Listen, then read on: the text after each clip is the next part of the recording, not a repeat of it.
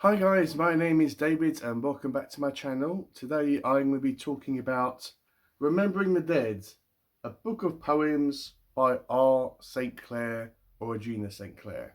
So before I go any further for this video, I just want to give credit where credit is due and give the person who made me aware about this book some credit. So that has got to go to E.D. Lewis Reviews. I feel that if I didn't mention him somewhere in this video because he's the one that made me aware about this book in the first place, then I would feel really bad if I didn't give the person credit, whoever pointed me in the in the direction of the book that I ultimately bought and ultimately read. So I will have his channel linked down below in the description. So Regina St. Clair has got a channel, a YouTube channel. She's a booktuber whose channel is called Regina's Haunted Library. Now, I have read one of Regina's books before, and I have also got Carney still in my room, which I am fully intending to read very, very soon. If I can, then I will do my best to read it in April. But because I'm a massive fan of horror poetry, as soon as I heard about this book, I had to buy a copy of it. So let's just have a look at the cover. You got some gothic writing up the top with all this creepy wallpaper and this mirror on the cover, and Regina St. Clair there down at the bottom as well.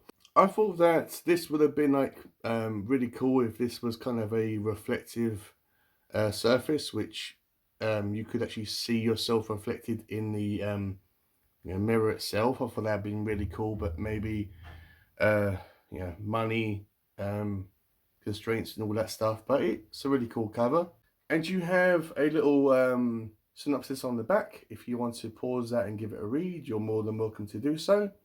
And you have Regina up at the top. If my camera will focus, is it going to focus? No, it's not going to focus. But it's got a nice picture of Regina holding one of her dogs. So I just want to say, before I delve into the book, I just want to say that despite the fact that Regina is a really nice person, she's a friend of mine, and I have read her books before, and I'm planning to read her books in the future as well, I'm not going to let that kind of taint my experience or my thoughts on this book. I'm going to give you and Regina my honest thoughts and feedback. So it's not going to be a case of, well, you're obviously going to give it a high rating because you like the author and you just said that you are a friend with the author. I'm not going to do that here. I'm never going to do that here, guys. I'm always going to give you my honest thoughts and feedback. That way I'm honest with you guys and I'm honest with the author as well. So it gives them a chance to get feedback and somewhat maybe improve their work. So half this book is full of poems. So you have, this is all poems, which is more or less half of the book. There isn't a table of content, which would have been nice, I suppose, but not necessary. So if you want to find a specific poem, you can always like flick through. It's not going to take up hours of your time. It's very small and very short. So the poems, I thought, for me personally, as someone that's been reading poetry on my channel about over 50 videos in, I think I've read about 52 poems, altogether in the horror genre. What did I think about Regina's horror poetry? I thought it was okay. I thought that some of it was a little bit dry in places, I must admit.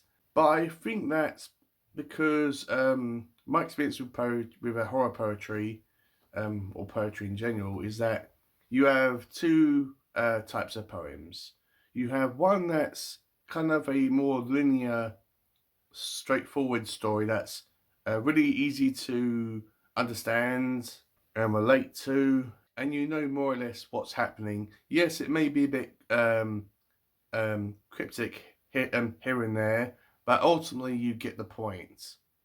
And then you get the other side of the coin, which is the cryptic as hell, weird ass poems that you have no idea what it's about, what you've just read, and how it's supposed to make you feel. That is where Regina's poems land for me.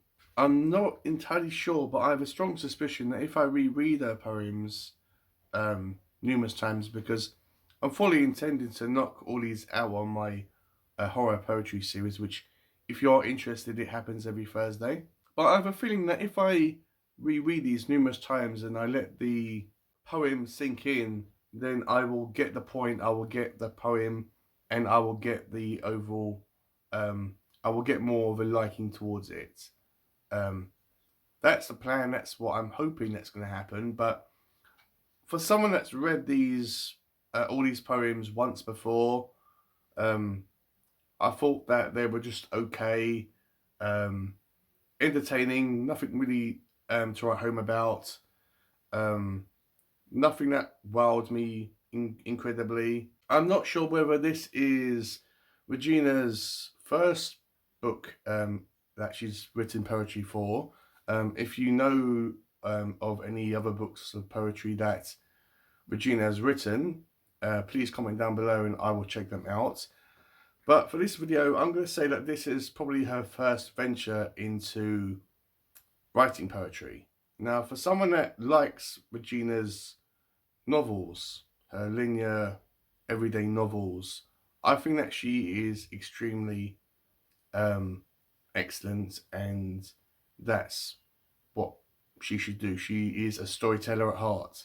I specifically like her characters shine in all of her stories. So I'm not sure whether she is more suited to writing novels and short stories rather than writing poetry. I mean, it's cool to read poetry from new people, but and I would definitely like to read more poetry from Regina. It's just I think that she should focus maybe more on writing novels, in my personal humble opinion. But if she writes any more poetry, of course I'm going to buy it and read it and hopefully enjoy it. So before I get into the second part of this book, I just want to read one of the poems. This will hopefully give you a flavour and a taste about Regina's writing style, especially in her poetry. So let's just set the mood, guys, as it doesn't really seem not quite right. So let's just change things up. Okay, that's much better. That is much better. So the poem that I have chosen is an Easter poem, which is very appropriate for this time of the year, as Easter's just around the corner and all that stuff is happening. So the poem I'm going to be reading today is called On Easter Sunday. In their Sunday coats they stay, a sunny day when coloured eggs and sweets they crave, a visit to the family grave. Up the thorny path, snaking to the hill where marble crypts and busts of men, their ranks forgotten, rest in shades of obelisks. An actor who revered the bards, now dust beneath a stately stone. He held his art in high regard, for all his lust his name's unknown. Frozen 'neath a sheet of glass, a child's grave, and on display a bear, a boat, a horn of brass, all wait forlornly by an urn, through light and dark for his return. White flowers on a verdant mound, strewn with withered wreaths, push their buds through the rain-soaked ground, past tokens of a former grief. Each fall their pretty promise ends, for death's vain hope to rise again. So that was one of the poems I picked from Remembering the Dead by Regina St. Clair. Hopefully that gave you kind of a taste and a flavour about her writing style. Her writing style, but her writing style when it comes to poetry. So at the midway of this book, there is a short story, one short story, which I'm going to say is exclusive for this whole collection of this book, and that is called Father Angelo. Hopefully I've said that right. That's the cover, and this is more or less about 15 pages long. I don't really want to say too much about it. That it is about a priest who has to deal with a domestic dispute with someone within his church and his hometown, and all this weird stuff happens, and it's really got a gothic taste and a flavour to it, as I believe that's what Regina has a passion towards, is gothic literature. So what did I think about this book as a whole? Well, when it comes to discussing and reviewing poetry, it's very hard to do, because poetry for me isn't about the story or a linear story or characters that we go on a journey with. Poetry is about how it makes you feel. And because I've already established that these poems I thought were simply okay, it's really hard for me to talk about poems, but they were okay in my personal opinion. What did I think about the short story? Like our poetry, short stories are kind of a hit and miss for me, more or less hit and misses. Hoping to find a book that's going to change that for me. But I'm more of a full-blown novel type of guy. I'm yet to come across a short story collection where the majority of the stories are all really good. But this short story was okay. Yeah, nothing to write home about. I don't think it's one of Regina's best. But like her poetry, maybe I will like it better on a reread. So what I'm going to ultimately give this book as a rating, let me see. I mean, I would like to give it a 3 stars, but I want to be fair. I'm going to give this book a 2.5 stars at this moment in time. Maybe when I give it a reread, I will increase that rating, but for the first time that I've read it, I'm going to give it a 2.5 stars. I don't really think that it's Regina's fault. I'm not blaming her. I don't know whether she's new into poetry, but I'm more than willing and more intrigued to read more of her poetry. But yeah, maybe I'm missing something. Maybe I've got to reread it numerous times in order to appreciate her poetry. But her short story was a bit lackluster for me. I would have liked to read a full-blown novel by her. So would I recommend this book to you guys?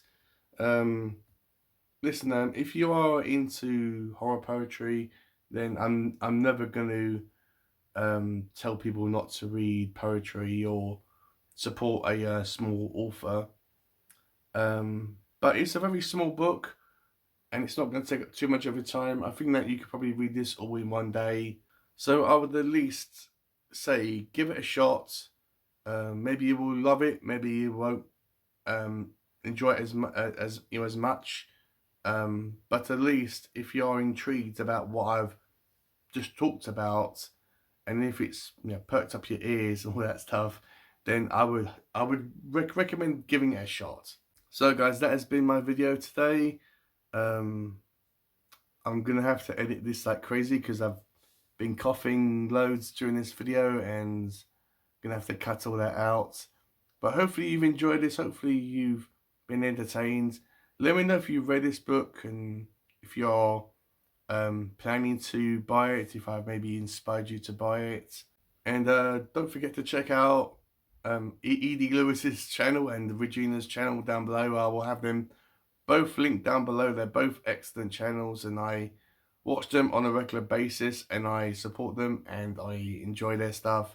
So it's just one click away. So guys, with all that out of the way, I'll see you on my next video.